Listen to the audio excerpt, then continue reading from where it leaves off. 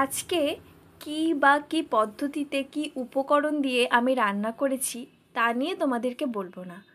আজ আমি কাঁচা ছোলা দিয়ে কি করে সারাটা দিন রান্না করেছি সেটা নিয়েই গল্প করব। আচ্ছা, তোমাদের মায়েদের মধ্যেও কি এই গুণটা রয়েছে?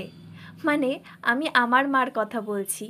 আমার মা যে কোনো জিনিস অল্প হলেও সঞ্চয় করে রাখে, বিশেষ করে খাবারের জিনিস। এবার আমার মা কাঁচা দ্রব্য সঞ্চয় করে রাখে যাতে পরে সেটা দিয়ে কাজে লাগানো যায়, কিন্তু এমন অবস্থা হয়ে যায় যে লাস্টে এক্সপায়ার হয়ে যায় আর সব কিছু ফেলেই দিতে হয়।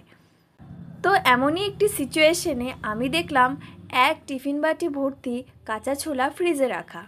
সেই সময় আর কোনো কথা নেই, খাবার নষ্ট হয়ে যাবে বা এক্সপায়ার হয়ে যাবে এটা ভেবে কাঁচা ছোলা দিয়ে সারাটা দিন আমি কি রান্না করলাম তা তোমরা এই ভিডিওর মাধ্যমে দেখতে পারবে।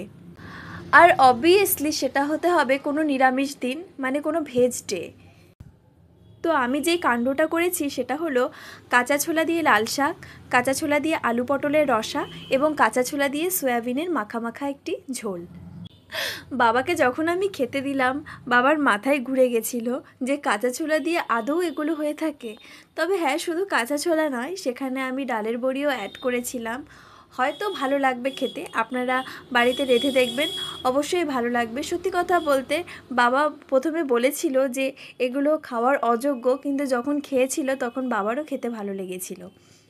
মা তো প্রথমে ভীষণ রেগে গিয়েছিল, কারণ মার সঞ্চিত খাবার আমি অপচয় করেছি। ঠিক অপচয় নয়, রান্না করেছি। তার উপরে কাঁচা ছোলা দিয়ে আমি রেসিপি এক্সপেরিমেন্ট করেছি। তবে যাই হয়ে যাক না কেন, কোনো খাবারের জিনিস নষ্ট করা থেকে নতুন নতুন রেসিপি করে এক্সপেরিমেন্ট করা উচিত এবং সেটা টেস্ট করা উচিত। খুব সিম্পল পদ্ধতিতে ভিডিওতে আমি 3টে রেসিপি দেখেছি। আপনারা একবার দেখে এটা ট্রাই করার চেষ্টা করবেন, আশা করি আপনাদের ভালো লাগবে। কাঁচা ছোলা আমাদের ওয়েট গেইন করতে সাহায্য করে, এর পাশাপাশি ডাইজেশনেও হেল্প করে থাকে। আর কাঁচা ছোলার একটি ইম্পর্টেন্ট বেনিফিটস হলো এটা হার্টকে ভালো রাখে।